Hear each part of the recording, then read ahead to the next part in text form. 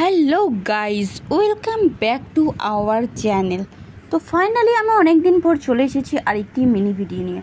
তোমরা তো দেখতেই পাচ্ছ ওয়েদারটা মেঘলা হয়ে আছে। তো এই দিকে আমাদের বাড়ির সমস্ত কাজ প্রায় কমপ্লিট হয়ে গেছে সকাল সকাল। তারপর মা ভাত আর এদিকে ঢ্যাঁড়স ভাজা আর থোর ভাজা কমপ্লিট করে নিল। এবার যে ছোটো মাছটা এনেছে, মাছটা বললো তুই রান্না কর। তো ফাইনালি আমি ওটা ভাজা চাপিয়ে দিয়ে এদিকে বাবা মিষ্টি নিয়ে চলে এসেছে, আর আমি এখান থেকে মিষ্টিটা নিয়ে দিদিকে দিতে চলে এলাম। দিদি তো যেহেতু শ্বশুরবাড়ি চলে যাচ্ছে, সেই জন্য দিয়ে দিদির তো খাওয়ার টাইমই হচ্ছে না। ফাইনালি আমি ওকে খাইয়ে দিলাম যে খেয়ে নে।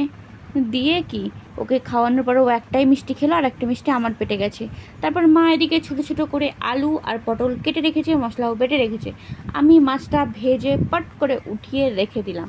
আর এই দিকে দেখো মেঘলা মেঘলা ওয়েদার, কত সুন্দর। জানালার পাশে বসে বসে হেডফোন দিয়ে গান শুনবো, তা না আমাকে কি করেছে ছোটো মাছের রান্না। আচ্ছা, এটা কি মাছ কে কে বলতে পারবে কমেন্ট করো, আর লাস্টে তো আমি অবশ্যই বলে দেব।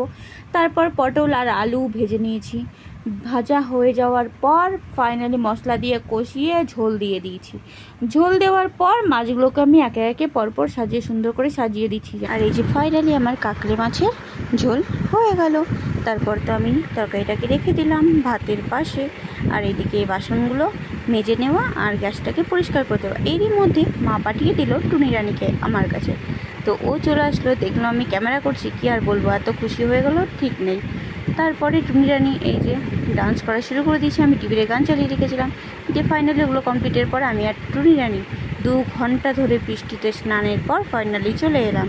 তো ভালো লাগলে অবশ্যই লাইক, কমেন্ট অ্যান্ড শেয়ার করে দিবা। সকলেই সুস্থ থাকবে। দেখা হচ্ছে পরের কোনো নেক্সট ব্লগে। Bye bye bye bye.